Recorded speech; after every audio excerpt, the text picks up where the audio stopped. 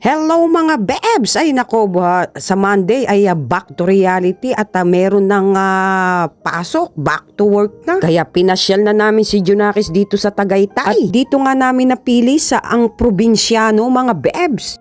Dito lang yan sa tapat ng Mr. Pares at katabi siya ng Merbenz. Maganda nga ang kanilang lugar mga Bebs sa open space at yung kanilang mga food dito ay value for the money. Ay sobrang ginaw nga dyan mga Bebs ngayon yung pumunta kami. Kaya naman saktong-sakto rin yung palibre nilang pasabaw. At binigyan nila kami ng libreng sabaw at napakasarap na kung talagang sinusuntok yung sikmura mo sa init ng sabaw. At ang ganda pa nga ng service nila rito dahil very attentive ang kanilang mga servidora dito. Hindi ka pa nagtatanong ay binibigay na agad nila. So nakikita nyo yung pasabaw na yan mga Bebs, di ba umuusok-usok pa? Ay napakasarap mga Bebs. Talagang nilamon yung lalamunan ko at bumaba doon sa isopagus ko at talaga naman sinuntok yung sikmura ko.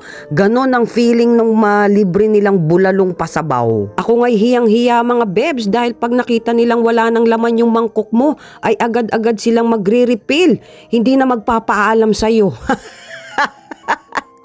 At dumating na nga ang aming mga orders, ang aking beef kare-kare, ang aming rice platter, ang inihaw na bangus, ang inihaw na liempo, at ang ginataang gulay na napakasarap din mga Bebs.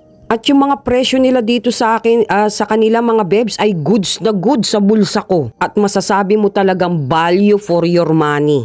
Dahil bukod sa masasarap lahat, very attentive pa yung kanilang mga servidora.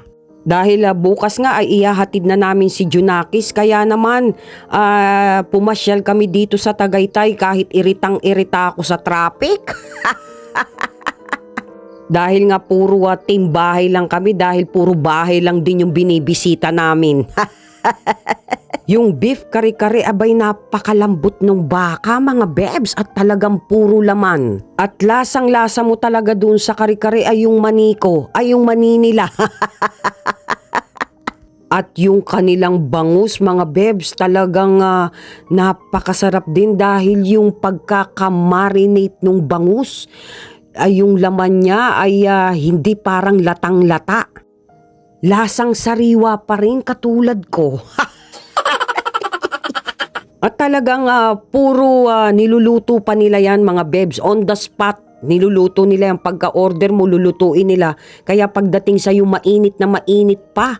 Kahit mismo yung sabaw nila. At yung kanilang mga gulay talagang very crispy pa.